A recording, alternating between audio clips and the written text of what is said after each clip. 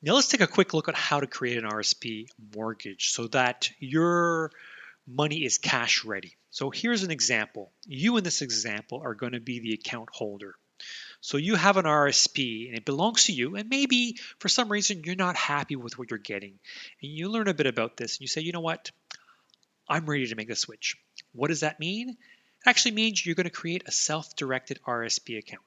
Now, a self-directed RSP account means that you make the decisions, not the manager at the bank. You're the one in power. Now, I'm not talking about opening up an account with a major bank such as Investor Edge or Direct Trading or Investor Line or iTrade. If you call the bank and ask to invest in a mortgage, they're just going to refer to you to a REIT, and real estate investment trust. This is like setting up a garage sale right in front of Walmart and start selling your unwanted items you receive from your in-laws. It's just not going to fly. You see, banks don't like competition.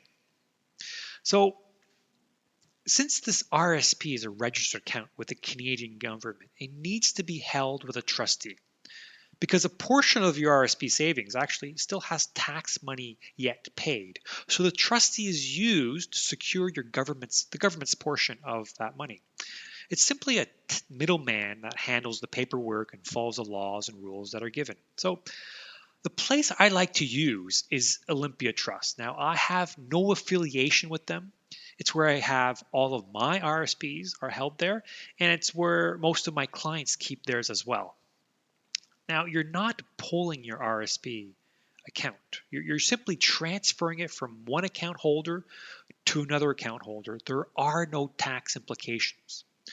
So now that your money is with Olympia Trust, you can now invest it in a mortgage. That means you can now lend your RSP funds as a mortgage. So just a side note here, you see, you can't actually use your funds for your own real estate deals. It's just one of those rules the government has put in place. There's a bunch of reasons behind it, but if you're to secure it, you need to have someone else's property. So you need to find a reputable investor, a borrower, someone who has a real estate deal or a project on the go. It's someone who can actually use your RSPs. And the rule states it can't be someone related to you by marriage or by blood. So with a self-directed RSP account, you can now lend your RSPs to a borrower secured to real estate. Now, how is it secured to real estate? Well, it's going to get referred to in a couple agreements that are drawn up by lawyers. And these lawyers are going to secure your money with some actual brick and mortar, some physical asset.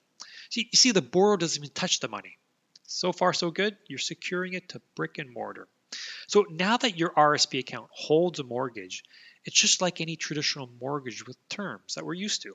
The length, and usually RSP mortgages, the terms are usually short as 3 months, 6 months, a year, maximum 2 years. What's the interest, obviously, and how and when you're going to get paid. All these terms are negotiated between the borrower and the lender. So that would be between you and I, for example. So this just gives you an idea how to create your RSP money cash ready to invest in real estate. I'm Renee Mass with Alter Property Investments. If you found this valuable, please subscribe to my YouTube channel. Thanks for listening.